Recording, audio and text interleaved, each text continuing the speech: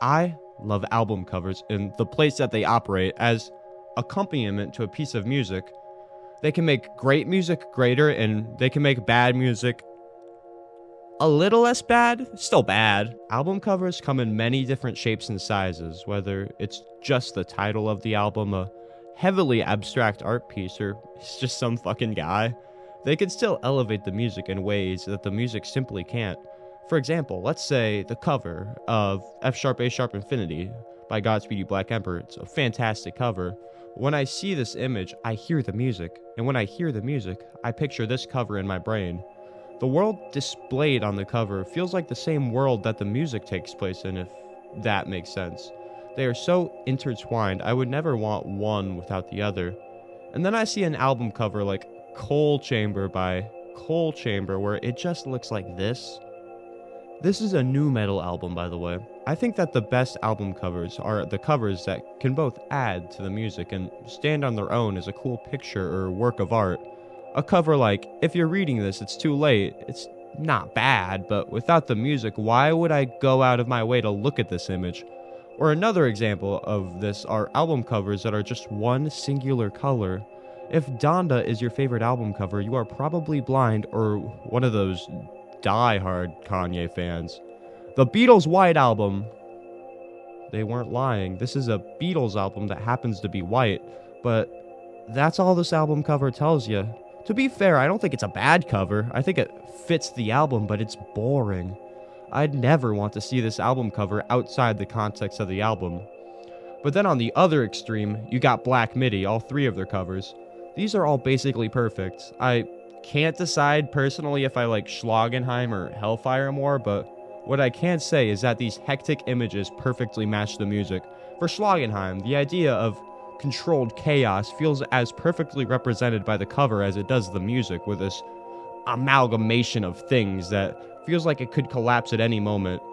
I feel like I could stare into these for hours and get lost in the worlds they all present, the same way I can with their music, but I'm rambling at this point. The question I want to answer is, what makes a good album cover? I also want to talk about some of my favorite album covers and why they are some of my favorites. Admittedly, it is really difficult to figure out the rules to what makes a good album cover, as it is really just too broad of a subject. It's impossible to pin it down to a few rules, but I tried my best. I think that a good album cover needs to be intriguing. Not that it has to be amazing looking or anything. Hell, it can look like this as long as it's intriguing. I can tell the album cover is good by just looking at the cover makes me want to hear the music. Well, there's a couple exceptions. I think it generally holds true though. Back to this one, Malibu Ken. I fucking hate looking at this image. It's disgusting. Same goes for Year of the Snitch. The mouths are wet.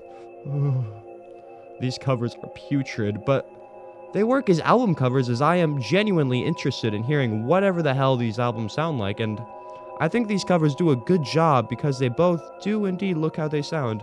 Of course, other covers manage to be intriguing by simply being eye candy, like Since I Left You or In the Aeroplane Over the Sea or something like that.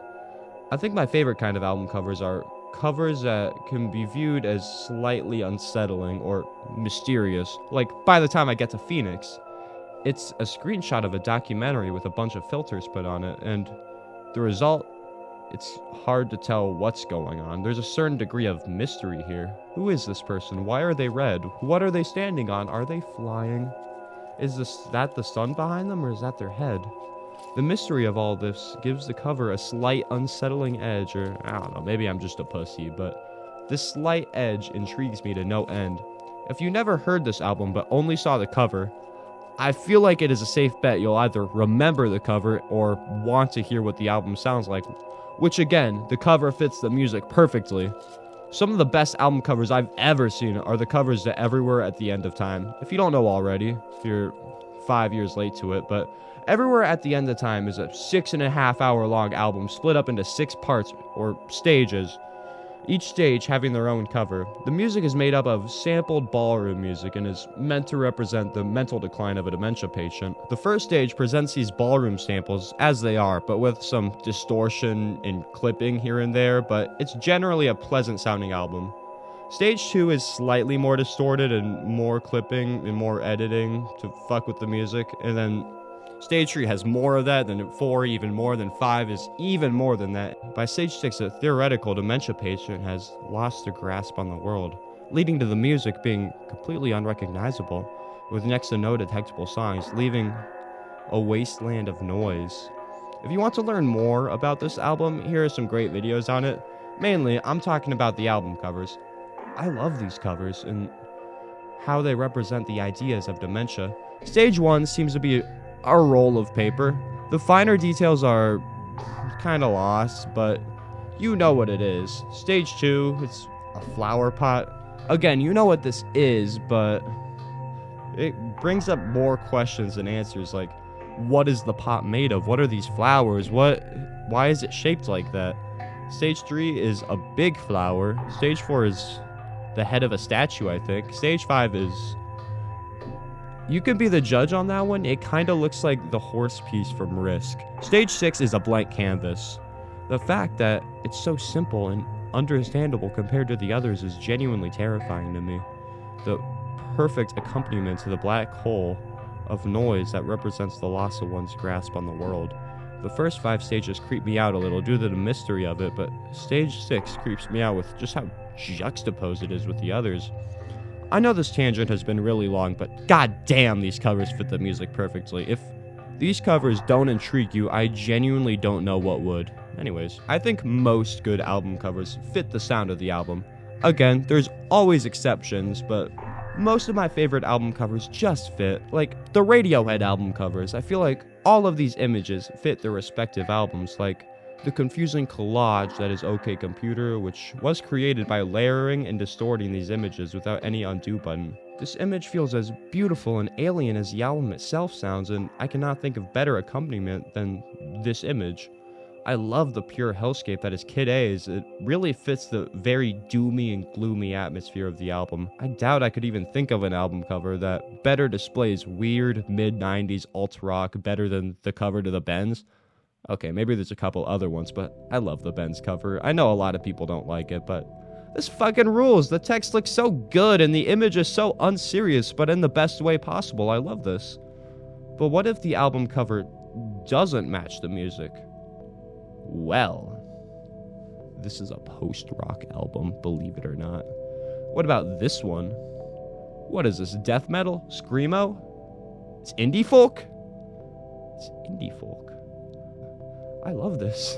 You would never expect this album to be indie folk, and the juxtaposition fits so well, and honestly, it adds a lot to the music. Most genres usually have their own style of album covers, which I'm sure you've picked up on by now. You know, folk is usually just a dude, or it's something that's low-key. Metal is crazy, and electronic is weird or artsy. For genres like vaporwave or ambient or something like that, the cover usually needs to stand out, more so than in other genres in my humble opinion. Most vaporwave or ambient releases are independent and found on Bandcamp, and you gotta remember on Bandcamp, there are so many ambient and vaporwave albums. There are more of these than there are ants. The only way these albums can stand out and be given even a molecule of hope to be listened to is by standing out with a cool album cover, and a lot of these succeed. Some ambient covers I love are the Merity Revs trilogy of albums by How to Disappear Completely, Daughters of Darkness by Natural Snow Buildings. This is one of the best covers out there. It fits the music perfectly.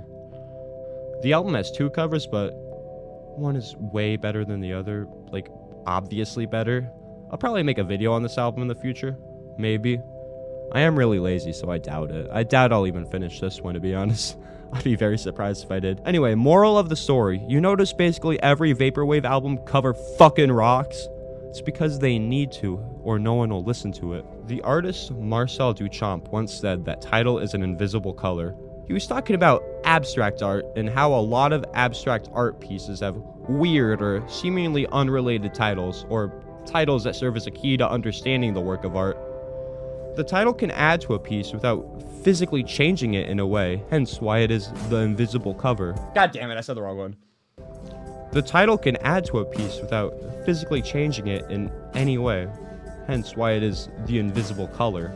I like applying this idea to albums. The album cover is like the invisible note, song. I don't know how to translate it to music words, but what I'm saying is that the album cover can elevate the quality of an album without physically changing any of the songs. Lower Town, perfect example. I honestly wouldn't think the album anything too special or memorable if it didn't have this cover. This cover makes it stand out and makes the music a little more interesting to me, as it sounds so far apart from said cover. Or another cover, Vespertine by Bjork. Of course, this time I'd say the cover fits the music perfectly, but the pure white just adds to the cold, wintry aesthetic these songs have. I wouldn't want it any other way.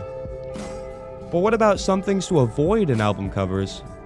Well, for one, it's usually good not to make it too busy most of the time, or too colorful, again, most of the time. You can make an ugly album cover work, but maybe don't make it too ugly. And most importantly, do not make your cover boring. This is the worst thing an album cover can be. Anyways, enough of that nerdy shit. What are some of my favorite album covers? Well, some of them are the aforementioned Radiohead ones, particularly the Benz, OK Computer, and Kid A. Hot take, my favorite cover by them is OK Computer. Maybe I'm a poser, I don't know. Rusty by Rodin. I love the picture, I love all the orange. I might be biased because orange is my favorite color, but I love this image. It perfectly fits the dark, scary, post-hardcore music. Death Consciousness, for obvious reasons, just look at it. Disintegration is breathtaking to look at.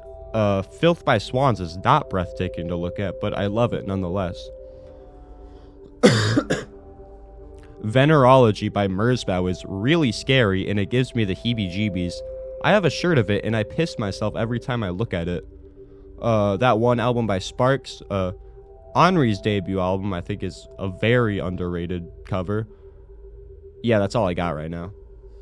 Anyways, most of this video is pretty rambly, as you know, it's my first video on the channel. I made a couple really shitty video essays on another channel, and I wanted to get back into making videos like this. I got like halfway through 2 other potential videos before I scrapped them because I am lazy. I was making one on Star Fox, the SNES one, and the other on Panchico, where I was just talking about their history and their music, and yeah, they kind of sucked. Who knows, maybe I'll go back to finish them, but if you made it this far, genuinely thank you. This video sucks so much. I'm so happy you were able to sit through this. The background music I used was all made by me also, so if you liked what you hear, I have some music under the name Sedlu out on Bandcamp and all major streaming services. I got an EP out and an album out, and yeah, they're okay. They're fine. I released them like a year ago, and if I made them today, I would change a lot about them, but here we are. I have a Patreon. I don't think I have anything on it yet, but I'm probably gonna post videos early if I finish this one and somehow finish other videos. Probably post new songs early, or bonus songs or something. I don't fucking know. Probably bonus content, maybe like behind the scenes. I don't know. Maybe I don't know. I'll figure that out. Probably nothing. If this video is probably not even gonna go up in the first place. Anyway, if you made it this far, thank you from the bottom of my heart. I mean it. I hope I make more videos, but I'm gonna be honest, I doubt I'll even finish this one, so thank you for watching. I really appreciate it.